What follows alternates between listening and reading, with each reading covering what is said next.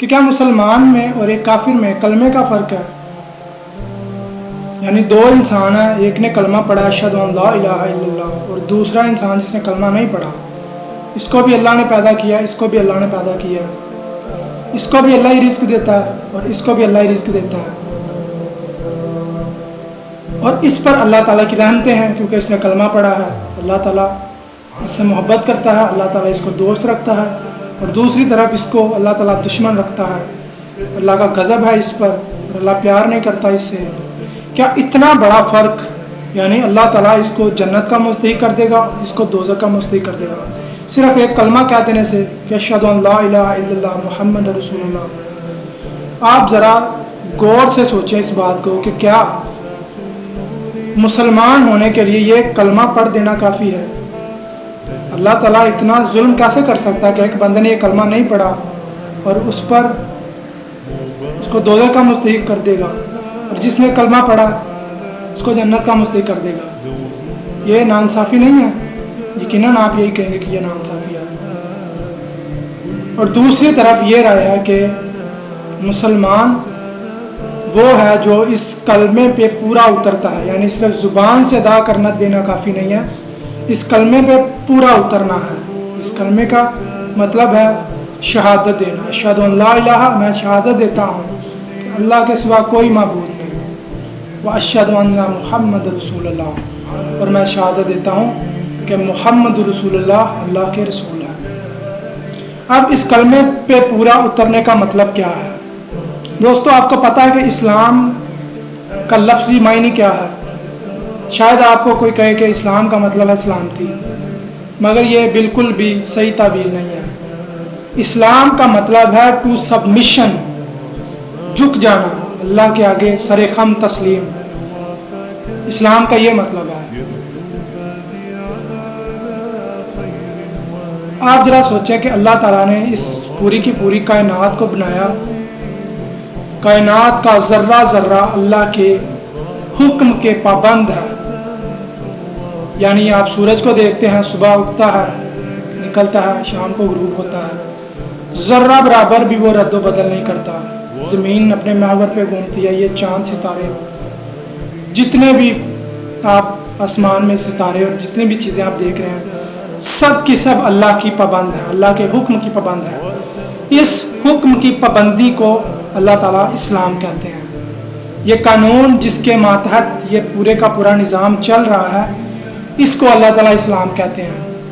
اور اسی اسلام کو اب اپنے اوپر فٹ کریں ذرا، کہ اللہ تعالیٰ نے قرآن میں ایک تعلیم دے دی ہے، یہ اسلام ہے، یہ قانون ہے اسلام کے، اس کی پابندی کرنی ہے۔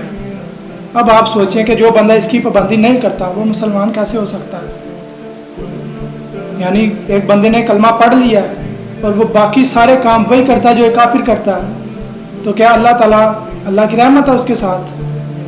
آپ سوچ سکتے ہیں کہ اللہ تعالیٰ اس کو جنت میں بھیجے گا بنسبت اس کے جس نے کلمہ نہیں پڑھا اور وہ بھی وہی کام کر رہا ہے؟ اللہ تعالیٰ تو ناانصافی نہیں کرے گا، اللہ تعالیٰ تو پورے انصاف کرنے والا ہے، وہ تو مالک ہے، مالک یوم الدین ہے۔ نبی علیہ السلام نے فرمایا آخرت میں سب سے پہلا منظر جو انسان کو دکھایا جائے گا نا، وہ یہ ہے کہ دو بکریوں کو لایا جائے گا، ایک جس کے سینگ نہیں ہے اور ایک جس کے سینگ ہے، اور اس کی پکچر دکھائی جائے گی، فلم دکھائی جائے گی۔ میں یہ تعویل بتا رہا ہوں کہ ایک جس کے سینگ ہے، اس بکری نے دوسری بکری کو ٹکر ماری ہوگی دنیا میں، وہ سارا سین جو ہے نا دکھایا جائے گا وہاں پہ، اور پھر اس کے سینگ دوسری بکری کو دیے جائیں گے اور وہ بکری بدلہ لے گی، ٹکر مارے گی دوسری بکری کو جس نے دنیا میں اس کو ٹکر ماری ہوگی۔ آپ اندازہ کریں اس لیول کا اللہ تعالیٰ انصاف کرنے والے ہیں۔ آپ سوچیں سب سے پہلا منظر آخرت میں یہ دکھایا جائے گا، کیا حالت ہوگی انسانوں کی؟ سب کہہ دیں گے بربادی، گئے ہم نے تو یہ کچھ کیا، ساری کی ساری فلم سامنے آ جائے گی، اپنے سارے اعمال سامنے آ جائیں گے اور حوصلے پست ہو جائیں گے۔ پہلے ہی قیامت کا منظر دیکھ کے جو خوفناک منظر بنا ہوا ہوگا، اس کے بعد یہ منظر جب دکھایا جائے گا نا، تو انسان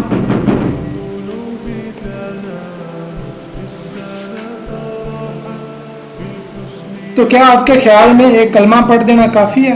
مجھے تو نہیں لگتا، بلکہ اللہ تعالیٰ نے انسان سے یہی ڈیمانڈ کیا ہے کہ پورے کے پورے اللہ کے تابع آؤ۔ اے ایمان والو، ایمان لاؤ جیسا کہ ایمان لانے کا حق ہے۔ اے ایمان والو، اسلام میں پورے کے پورے داخل ہو جاؤ۔ اللہ تعالیٰ قرآن میں اس طرح فرما رہے ہیں، اور ہماری پچھلی نسلیں اس کو واضح ہی نہیں کر سکی، علماء بتا ہی نہیں سکے کہ بھائی جزوی اطاعت اللہ تعالیٰ کے آگے کچھ بھی نہیں ہے، اللہ تعالیٰ کے آگے کوئی اوقات نہیں ہے اس کی کہ آپ نماز پڑھ رہے ہیں، آپ نے کلمہ پڑھ لیا، باقی کام آپ کے سارے کافروں والے ہیں۔ آپ نماز پڑھ رہے ہیں، نماز پڑھتے ہی آپ نے غیبتیں شروع کر دی ہیں، حرام کا مال کما رہے ہیں، باقی معاملات آپ کے سارے کافروں والے ہیں، تو اللہ تعالیٰ کے آگے کوئی قدر نہیں ہے اس کی۔ اللہ کہتا ہے کہ اے میرے بندے، دین میں داخل ہو پورے کے پورے۔ اچھا جی، اسی ٹاپک پہ میں نے ایک کتاب پڑھی ہے، مولانا مودودی کی کتاب ہے خطبات، مولانا کے جمعات کے مجموع پر یہ کتاب لکھی گئی ہے۔ میں نے جب وہ کتاب پڑھی نا تو میرا حال بھی یہی تھا، اس سے پہلے کہ میں نیا دین کی طرف راغب ہوا تو میری خواہش تھی کہ میں 5 نمازیں پوری کر لوں، کسی طرح میں 5 نمازیں پوری کر لوں، اور میں اس کو سمجھتا تھا کہ یہ پورا دین ہے، مطلب میں 5 نمازیں پوری کر لوں گا تو میں کامیاب ہو جاؤں گا، میری بھی سوچ اسی طرح کی تھی۔ تب میں نے وہ کتاب پڑھی، اور جب میں نے وہ کتاب پڑھی نا میں کہا ہوئے مطلب اللہ چاہتا ہے کہ ساری کی ساری خواہشات اللہ کے آگے سرخم کر دوں، مطلب اللہ چاہتا ہے کہ میں ذرہ برابر بھی شیطان کی پیروی نہ کروں اور پوری کی پوری اللہ کی پیروی کروں۔ آپ اس بات کو سوچیں اور اپنے حالات کو دیکھیں۔ میں نے جب یہ باتیں اپنے بڑوں کے سامنے کی نا تو وہ بڑے حیران ہوئے کہ بھائی یہ تم ایسے تو ولی کرتے ہیں۔ میں کیا ولی کرتے ہیں؟ تو پھر سمجھو کہ بچت ولیوں کی ہے۔ اگر ولی اس طرح کرتے ہیں تو بچنا اللہ کے ولیوں نہیں ہے۔ اللہ کے ولی کا مطلب ہے کہ اللہ کا دوست، اور جو اللہ کا دوست نہیں ہے وہ اللہ کا دشمن ہے، اور اللہ اپنے دشمنوں کو جنت میں نہیں ڈالنے والا۔ آپ یہ بات ذہن سے نکال دیں کہ آپ جزوی اطاعت کر دیں گے، کلمہ پڑھ لیا یا نماز پڑھ لی یا زکوٰۃ دے دی اور باقی معاملات آپ کے وہی ہیں، تو آپ مسلمان ہو گئے، اور اللہ تعالیٰ آپ کو اللہ تعالیٰ بخش دے گا یا نہیں بخش دے گا میں اس پہ کچھ نہیں کہہ سکتا، اور کسی مسلمان کو، کسی انسان کو اس پہ کوئی حق نہیں بنتا۔ مگر اللہ تعالیٰ نے ایک ڈیمانڈ رکھی ہے کہ بھائی یہ ہے وہ ڈیمانڈ، اس کو پورا کرنا ہے تب تم جنت کے حقدار ہو، اگر نہیں کرو گے تو دوزخ تمہارا انتظار کر رہی ہے۔ تو یہ بات آپ ذرا اپنے معاشرے کو بتائیں تو ان کو پہاڑ لگے گی، اتنا بڑا پہاڑ لگے گی کہ تم کہہ رہے ہو کوئی گناہ ہی نہیں کرنا، ہر گناہ سے بچنا، نہیں بچ سکو گے، مگر کوشش یہی ہے۔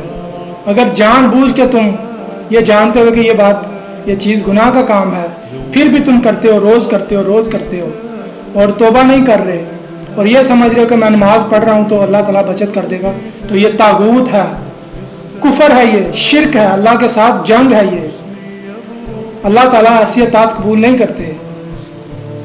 یہ بات جو ہے پچھلی نسلوں نے نہیں بتائی ہمیں۔ 40 سال تک، 30-35 سال تک ساری حرام خوریاں کرتے ہیں، سارے وہ کام کرتے ہیں جو ایک کافر کرتا ہے، پھر جب آخری آواز دل سے اٹھتی ہے، فطرہ کی آواز، آخری آواز اٹھتی ہے کہ مرنا ہے، آگے مرنا ہے اور آگے فرشتوں نے پکڑ لینا ہے، دوزخ بھی ہے جنت بھی ہے، نہیں مانتے تو مر کے دیکھ لو، تو پھر جو ہے نا کیا کرتا ہے، وہ نماز پڑھتا ہے، کیونکہ اس کو بتایا یہ گیا کہ کل دین تو نماز ہے، نماز پڑھ لو گے تو بچت ہو جائے گی۔